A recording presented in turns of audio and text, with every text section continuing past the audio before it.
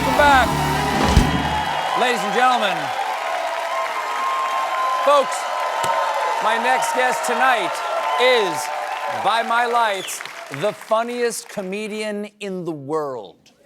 You know her from Lady Dynamite, Arrested Development, and her stand-up specials. Please welcome back to The Late Show, Maria Bamford.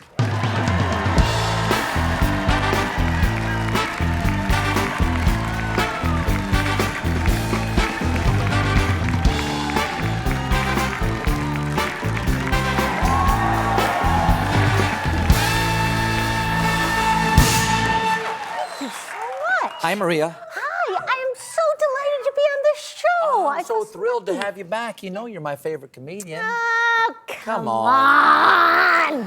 You haven't been on the show since 2023, Yes. so it's possible I'm lying. Right. Now, a lot That's is fine. going on in the world. Yes. What have you been up to? Well, I hope, like everybody here, I've been protesting against the state of... And I was trying to think of what the si se puede of white women would be. And I think it would be, you know what, for me?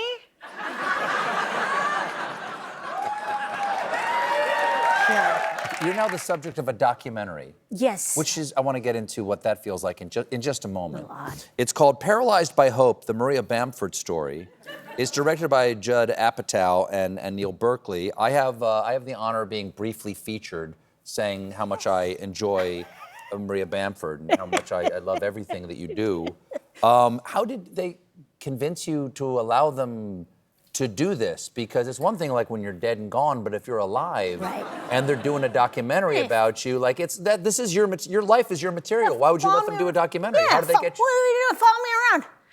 No, they gave me $500. And They gave you $500? Well, and I had to ask for it. I had to say, hey, I'm gonna need 500 bones if you're gonna come and shoot this thing. Because there's so many times in show business where they say, oh my God, we love you, you're a genius, fantastic, and then nothing happens. You're left alone with a howling wind. So I got $500. Was Apatow good for it? Yeah, I mean, he paid it out in cash. That's the other thing. Cash? No, I'm not gonna accept a check from that. No. I would never let anybody make a documentary about me. Or the show for any reason whatsoever. No, why is no that? No one's offered, though, is the thing. I mean, if no one's ever offered me money, sure, a Bud Light and a basket of curly fries, but not cash. But not cash.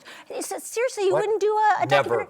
Because Judd Apatow said the same thing. He said he wouldn't want to have one done of him. I was like, no, it's what easy. are you hiding? Yes. In the documentary, you talk about almost losing your home in the Altadena fires. Yes. Okay, that must have been harrowing. Yes. What was that experience? How did that experience affect you? Well, we almost lost our house, but it was saved by our Trump-supporting neighbors, very confusing ethically. And Yeah. Learn something new every day. Right. Yep. And I was up there with the ashes and all that stuff, and it's kind of a police state in certain areas of LA, and a giant SUV pulled up, 2 cops get out, guns fully drawn, say, excuse me, ma'am, what are you doing on that property? And, I wasn't looking my best. I was a light-stained sweatshirt, and I said, I'm just looking for my succulents. Some of my succulents made it, because there's an elephant here that's quite hardy. Sorry, ma'am, didn't mean to frighten you. Just had to make sure that you weren't one of the bad guys. I'm wearing 17 friendship bracelets.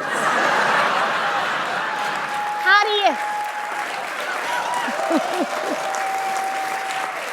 do you think I got them? The documentary explores your upbringing with the family. Yep. Mm-hmm. And we have a clip here with you and your father. What are we about to see? Oh, it's lovely. My dad would make inventions. This is one of his inventions that he came up with. It's for night terrors, which is a seat belt for your bed. And necessary in his case. Necessary, for All right, sure. Yvonne? Yeah, it turns out that 1% of people have night terrors. I don't think I had it as a child, but for 15 or so years I've had it. So that what it means is in the middle of the night, without any particular warning, I bolt up and scream Somebody said it was just like being in World War II. It was like a horrible attack going on.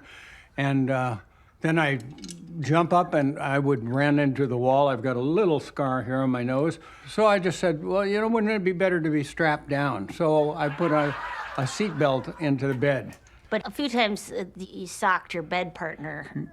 Marilyn, yes, at one time had a black eye, and which was tough because she is very busy with a women's shelter. And so, you know, it was a little hard for her to explain, and of course nobody believed her anyway, you know, so. Believe women. Yeah, gotta believe. Complicated message. Oh, That's a complicated message. precious.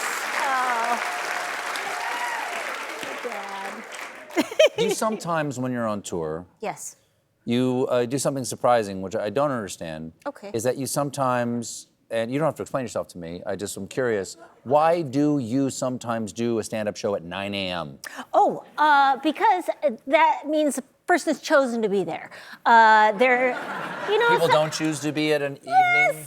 Sometimes people are talked into things, or Coupons? they've had a beer, or they've, you know, at the mall with a Cheesecake Factory bag, and they go, well, what if we try out some comedy? And so 9 a.m. I know these people have, you know, they've made a decision, and then it's not my fault. It's not my problem. How's it my fault? Also, yeah. Didn't you? I heard you say something the other day. Is that it's your sister is giving you this affirmation?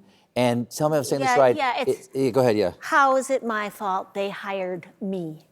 That's for every job. I love that so much. Yeah. Really, because honestly, I just showed up. They should have vetted me on some level. Yeah, well, the internet, there's just thousands of videos. If you're going to see something, research it. There's no need to suffer in a show business environment. Well, I'm going to keep that in mind as I go off into the brave new world after the show, is that it's not, how is it my fault that they hired me? Yeah, no. Cash, get that cash is what I say. Get that cash.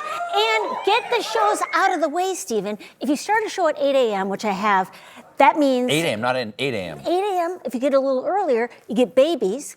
And then also, you get it out of the way. So you don't have to think about it the whole day. You know, like, oh, God, I got a show tonight. Now it's like, oh, I already did my show. Such wisdom. Thank you, Maria. You can see Paralyzed by Hope at South by Southwest and the Martha's Vineyard Film Festival later this month. Maria Bamford, everybody. That's how you do it.